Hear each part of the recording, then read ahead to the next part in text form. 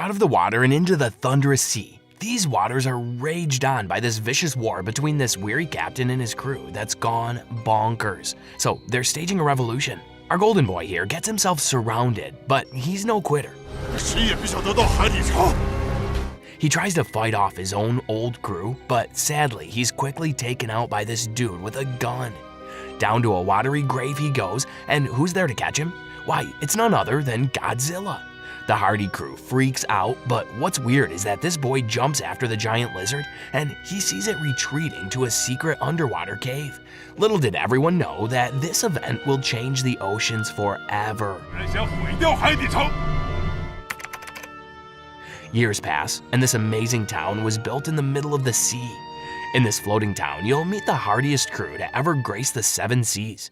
They're basically treasure hunters that are strongly built for raw deep sea diving. These aquatic studs go in one by one, then we get a good look at the beauty of the underwater. It's a place brimming with sea life, such as fish, turtles, and even sharks. Did I mention that there's also this sunken ship filled with treasure? But before this dude could get to it, a freak whirlpool hits him. It's cool though, as it only takes a sip of some oxygen from this portable container and he's back to work. The others have already hauled and netted their golden goodies, but this guy remains to be seen. His crewmates got him a bit worried. But no worries, all part of becoming a man. Our resident Aquaman swims to the ocean floor and finds some golden armor. Looks familiar, doesn't it? He touches the armor and holy smokes, did you see the size of that underwater blast? Looks like this dude's gonna be rich. But his riches will have to wait because bootleg Godzilla enters the scene. Our guy makes the swim of his life, and how in the heck did he get away from a giant underwater lizard like that? Longji makes the dive, while his other crewmates retreat to the boat. Conveniently, Longji finds Hasheng, the egghead, who then comes back to his senses once Longji tries to wake him up. They're about to surface back to the boat, but that Chinese Chronosaurus makes a quick dash to sweep Hasheng away. The crewmates are arguing whether to leave or not, but then Longji and Hasheng surface. Although far apart, they signal each other. But oh boy, here comes that giant sea lizard to eat Longji. The ship crew panics and leaves Haisheng in the waters. Turns out, they didn't only fear the dollar store Godzilla, but also this big Imperial warship. Haisheng gets thrown inside, where he begins to see some Shizo visions. Then this beautiful woman, I wonder if this is a hallucination too. Like some woman in the club, she asks about Haisheng's sweet Ouroboros tattoo. Then she takes a look at his chiseled muscles and face. Unfortunately for her, Haisheng is a certified sea incel and wants none of that. Well, he does struggle, but in the end, he doesn't have much of a choice, considering the woman has a hidden blade for a left hand. Suddenly, the woman finds a piece of the gold-plated armor on Haisheng, and now she gets serious. Haisheng claims that the armor piece was found in the seas, while the tattoo is a symbol of the pirates. The woman is intrigued with his origins, so they throw Haisheng in the storage room, where there's another cute girl. He falls head over heels for her. Knocked out by the impact, Haisheng gets awakened by this girl's plea to work together and escape, since the crew is planning to gay-men both of them. Apparently she's a prisoner as well. Not to mention, she's also looking for the legendary underwater city. Haisheng gets another flashback and Longji is in it. He tells the legend of the underwater city residing at the sea's eye, and the treasure there attracts all. The One Piece is truly real with this legend. Apparently, Haisheng is an orphan taken in by Longji. So basically, he just watched his father get devoured by a giant sea monster. They share a laugh, but snap back to reality. Haisheng agrees to free her, but then she just wanders about and looks for things to loot in the storage room. Eventually, she does come to her senses and frees him, so Haisheng begins to loot too. He sneaks to the throne room where that alluring woman was before and finds a secret wall thanks to a button on her throne. On another side of the ship, the prisoner girl from before tries to blend in with the drunken crowd and tries to sneak past them. Too bad this fatso catches her and makes her drink with them. The girl refuses, then she accidentally smashes a bottle, causing the others to peer pressure her into drinking. Soon, a bar fight arises, so the girl tries to book it. Back with Haisheng, he steals back the golden armor piece and finds a map, while the girl reaches the top side of the boat. She grabs everyone's attention though, because they begin to swing swords and axes towards her. She gets cornered and is forced to try and jump off. Luckily, here comes Haisheng swinging along and drags her to the waters. The two then swim to this plot-convenient boat they just found, but an arrow suddenly strikes Haisheng from behind. It's the alluring woman from before, and arguably, the ship captain of this vessel. And that's not just a blade in her hand, but a crossbow as well. She scolds her crew for messing around, and she even throws one of them overboard. Fast forward many hours later, and our two protagonists are drifting on the seas. Haisheng wakes up only to find the girl from before treating his arrow wound. At first, it stings, but she patches him up. The girl introduces herself as Ansuo Haisheng. Haisheng then shows her the golden armor piece, and from the looks of it, she says the markings on it makes it look like it was made on her island. She thinks they should team up to find the underwater city together. Since it was Long Ji's will, and Haisheng wanted to go there for her grandparents. Haisheng then says that they gotta pass the haunted breach first, before going into the island that leads into the underwater city. They reach the breach, and oh boy, it stretches out for miles on end. It's gravely cold inside since Haisheng has been inside before, but with the help of this potion that maintains the body temperature, they slowly go inside, only to find that it's a graveyard of ships. It is extremely cold, to the point that Haisheng almost faints. Haisheng gives her half the potion while he finishes it. Then they cuddle for warmth, while the boat slowly sweeps across the graveyard of the Titanic. Haisheng tries keeping Haisheng awake by telling him the legend of the underwater city, but he succumbs to it. Beyond the breach, Haisheng remembers meeting the giant sea beast when he was a kid. Then he slowly wakes up Haisheng, arguing with some old dude. Haisheng drifts off to sleep again, but he wakes up in the next minute, wrapped in bandages. He checks on his gold armor plate. Then he steps outside to see that it's a peaceful place. It's filled with children playing, and one of them even gives him a toy. Then he meets Mr. Wu, the man who changed his bandages while he was dozing off.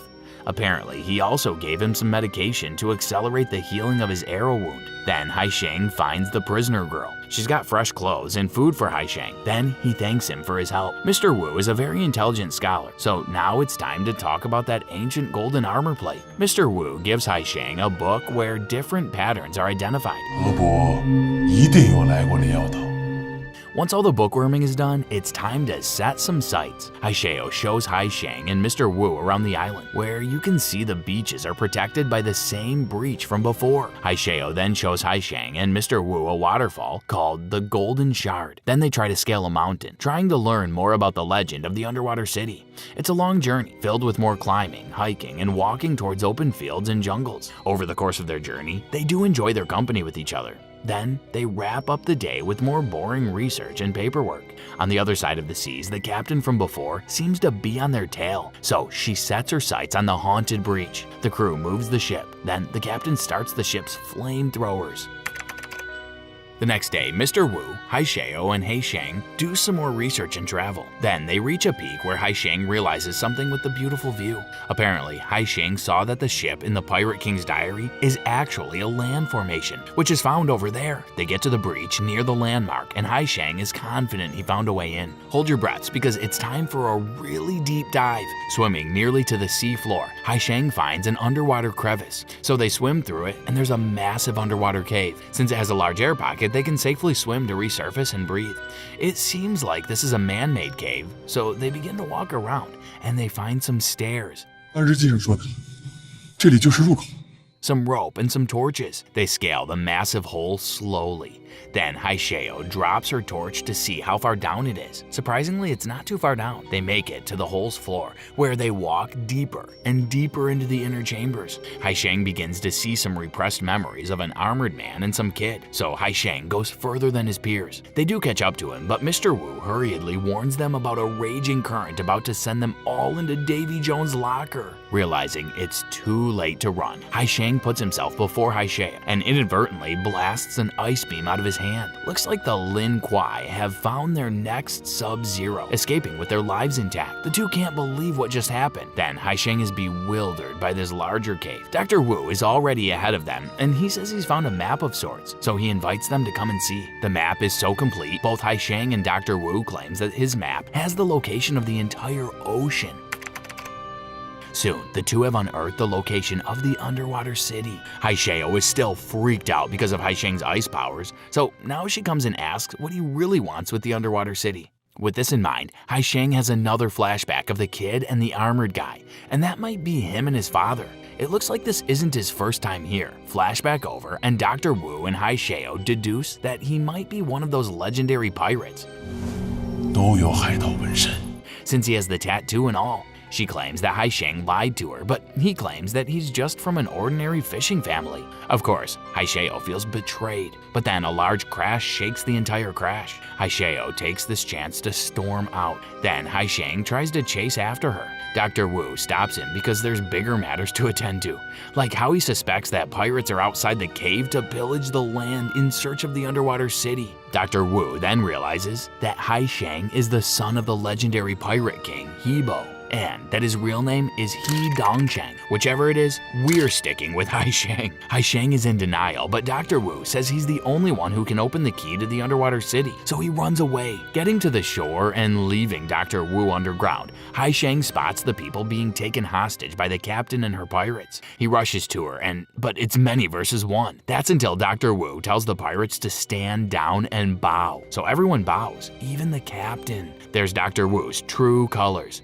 He was the one after the underwater city's map all along, but he didn't want any of the villagers to get harmed. Haisheo stares grimly at him as Dr. Wu announces that no one will get hurt if they all leave the island peacefully. Being in the middle of all of this chaos, Haisheng doesn't know how to respond. Then he gets attacked by one of the villagers since they think he's a traitor.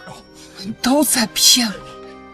The captain kicks the villager off of him. Then, the villagers and pirates are at arms with each other, each one getting ready to kick the butt of the other. Dr. Wu doesn't want this, so since they have the map now, he just wants to leave. He orders his crew to leave and even advises Haisheng to leave as well since he doesn't belong there. Haisheng tries to go back to the villagers, but they all refuse, even having a dramatic scene where this little girl thinks she could deal damage with a bunch of rocks. Then it's revealed that Andeo, Haisheo's grandfather, got game ended by the pirates. She weeps in sorrow. Then Haisheng is branded as a pirate and is asked to leave. Out in the waters, Haisheng has no choice but to come to the pirate side, where everyone else greets him with respect. The captain then introduces him to Dr. Wu once more, and he says that the golden armor he found isn't ordinary. In fact, it's his father's.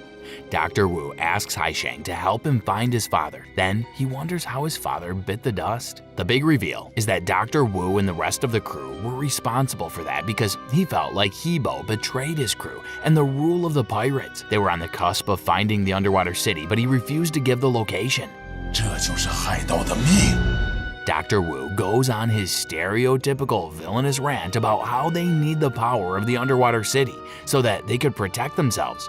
He verbally forces Haisheng to accept his pirate heritage, and that's when Haisheng has a flashback of how he's been holding the mark of a pirate on his arm all this time. Haisheng feels like he's never had control of his life thanks to his orphaned origins, and now he knows that Dr. Wu and his crew game-ended his father.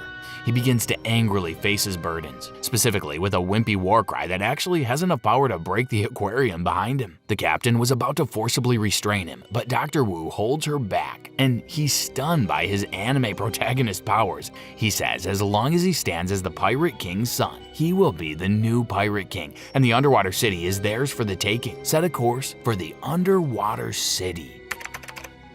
Back on the island, a massive funeral is held on the beach, where Haisheo and many others grieve for the loss of Andeo's life. He passed defending the island, so Haisheo travels to Haisheng's hometown, where it's revealed that Longji is alive and well. Haisheo gives a rousing speech to try and convince Longji and his treasure hunters to go after Haisheng and his pirates to try and stop them from reaching the underwater city. Of course, everyone else is against this idea since it's far too dangerous, but Longji responds. He says that Haisheng has always regarded this place as his home, so he's gonna bring back Haisheng, game ended or not. 我是救我儿子。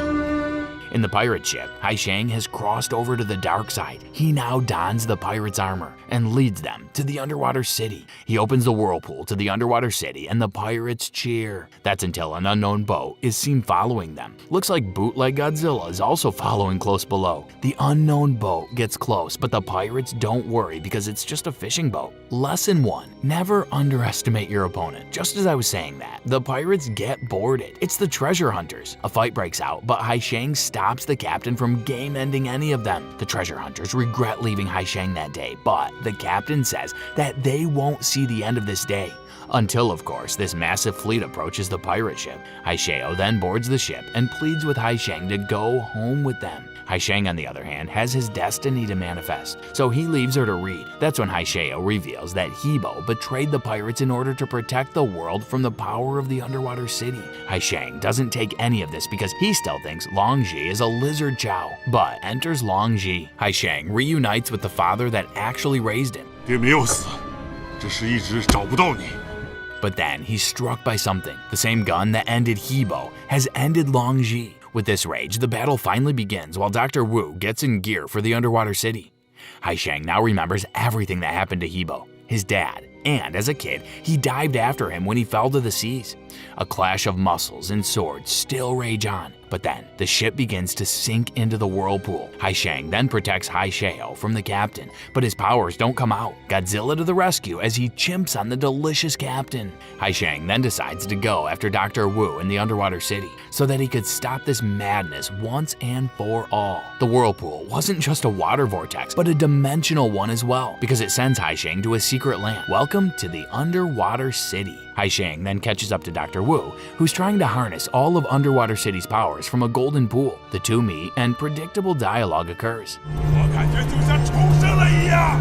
Wu wants to fuel his power-hungry desires, while Hai Shang wants it so he could protect the world. Get ready because it's final boss time. Dr. Wu starts the battle by sweeping cold ice across the land and air. He freezes mostly everything to a grinding halt. Hai Shang is left weak by this cold climate, but he soon walks slowly towards the pillar to try and break the power of it. He gets blasted by Wu. Then the golden armor melts in his hand. Soon he absorbs the gold fluid in his hand, so it's time for round 2. Hai Shang breaks the ice and the gold begins to reject Wu. With one last falcon punch, the ice all around crumbles and it swats Dr. Wu like a fly. Because of this, the haunted breach from the island falls. The pirate ship resurfaces with most of the treasure hunters intact. All of them grieve the loss of Hai Shang, but he's right here, guys. Hai Shang and Hai Shao end this adventure with a glorious ride from that bootleg Godzilla. And that's the wet and wild adventure of the Forbidden Depths. What was your treasured moment in this film? Let us know at the comments below using #CinemaRecap, and we'll see you in the next deep dive.